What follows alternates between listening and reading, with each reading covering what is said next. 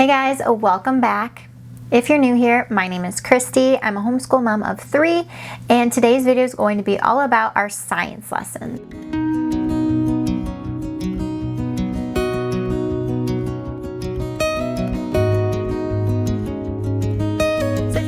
Our homeschool journey this year, we have been using the Good and the Beautiful science units. We love the Good and the Beautiful science units. We love unit study approach in general. It's so fun just picking and choosing what topics we want to learn about. So today we're going to be doing a lesson so that you can kind of see inside what a typical science lesson looks like from the Good and the Beautiful. We're using the unit ecosystem, and it's a beautiful unit, so I'm really excited to show you what it's all about. This is actually an extra special video because it's a collaboration with a bunch of other amazing homeschool mamas here on YouTube.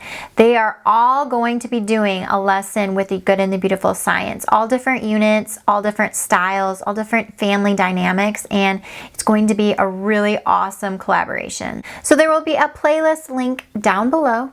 Definitely make sure you go over there and check out the other moms' videos on the Good and the Beautiful science. So without further ado, let's go do a lesson. So I'm just going to show you a little bit of a flip through of ecosystems and then how I typically organize a Good and the Beautiful science unit. So you can order a hard printed copy from the Good and the Beautiful, and it comes on beautiful thick glossy paper. It's gorgeous and very high quality. You can also download the PDF and print it yourself at home. So I've been actually doing it that way lately just because it's faster for me.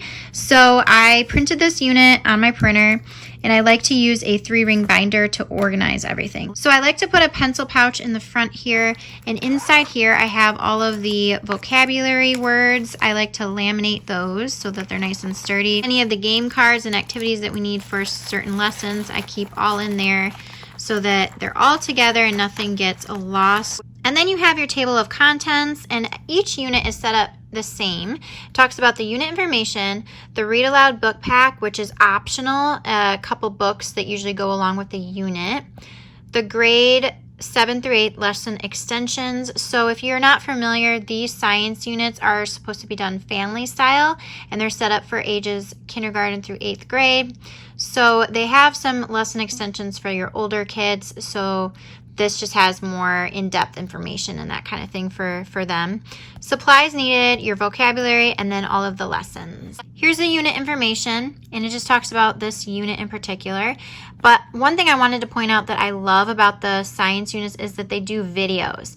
These videos at the Good and the Beautiful's website are all organized by unit, and they're beautifully done, and they really make the information come to life for the kids. With these science units, you can keep them, and you're supposed to do them on rotation.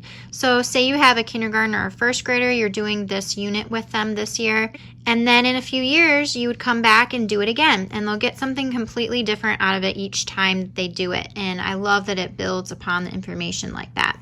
This is the read aloud book pack that comes with this particular unit. Like I said, these are optional, but all of the Good and the Beautiful books are gorgeous. So if you need books to go along with your unit, they have some great ones. And then you have your supplies list. So this will have all of the supplies broken down by lesson, which I love because then I can just add them to my grocery order every week and just have them on hand. So each lesson has a preparation section at the top that helps to kind of break down what you need to prepare ahead of time. So anything you need to cut out, tape together, assemble, any of the supplies you need to get out, or if you need to make copies of certain worksheets or that kind of thing, it will tell you here, which I like ahead of time so I can just be prepared, and then we get into our lesson. So this unit is absolutely gorgeous. All of their units, all of their science units are so beautiful, but I just love the artwork in this one in particular. I just think it's so whimsical and beautiful. One thing that I love to do too, and this is just personal preference, whenever there's a consumable worksheet that they're cutting out or they're writing on, I actually will make a copy for my child because I want to keep the hard copy in the unit for future use, and that way they don't mess up the original and I don't have to worry about missing pieces and that kind of thing. So here's just a little glimpse into the unit. It's, like I said, it's done beautifully. I mean, the Good and the Beautiful is kind of known for that. And all of the information that you are learning and reading to the child is all included in here. There's no separate textbook or anything, or teacher's guide or anything like that. It's all written here. So it tells you what to read to the child, what to have the child do. And it's really, really, really, really beautiful.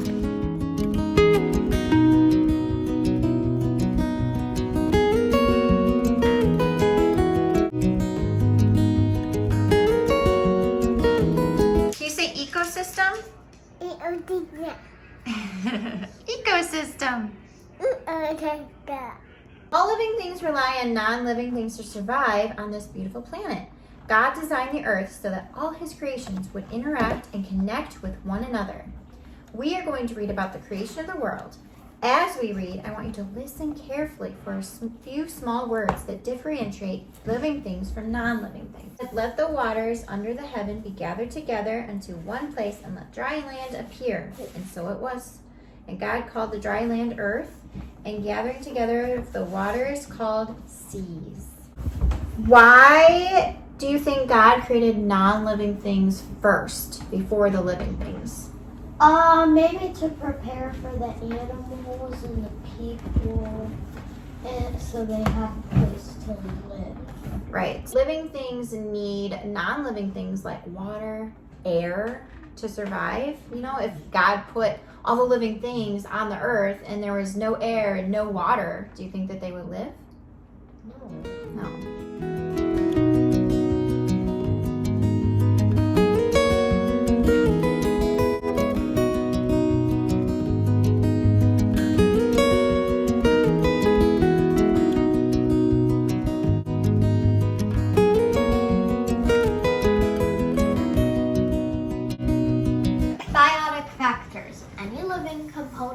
That impacts other living things and an ecosystem such as grass, plants, trees, animals, humans, and bacteria. Let's look at these items on the table to explore this idea. Okay, so pick up one of the items. Okay, so when would we use this item? At winter time. When it's cold out? Mm-hmm. And what do we do? What does a scarf do? It keeps your neck warm. Mm-hmm.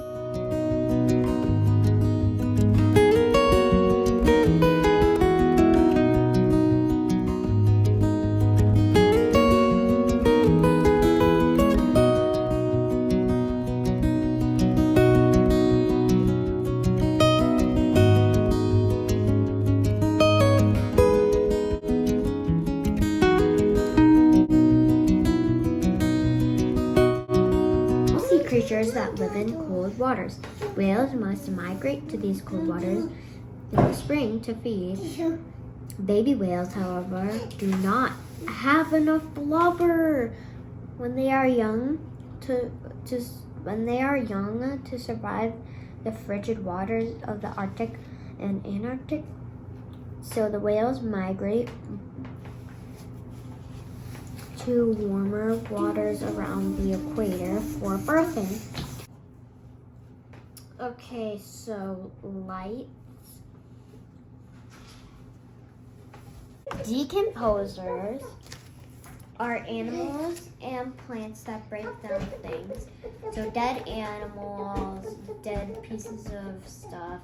So like worms break down dirt and like sometimes garbage for plants. And mushrooms and fungi break down dead wood and dead animals and stuff.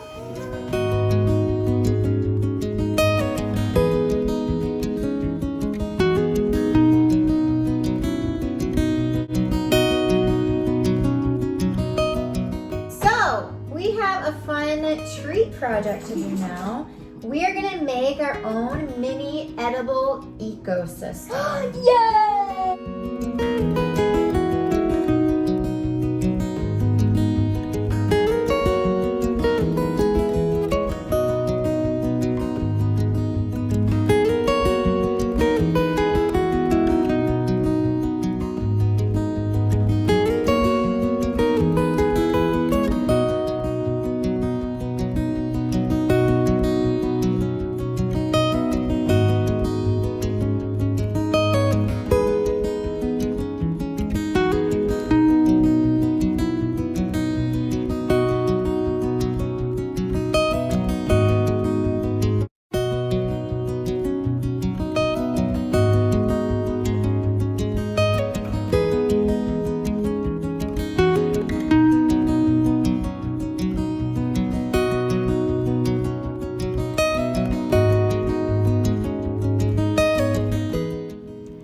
So after learning about ecosystems, we decided to check out a freshwater ecosystem at the lake, and we did some discussion about how different animals and plants make the ecosystem work, and it was a really fun day. I love incorporating real life moments into our lessons.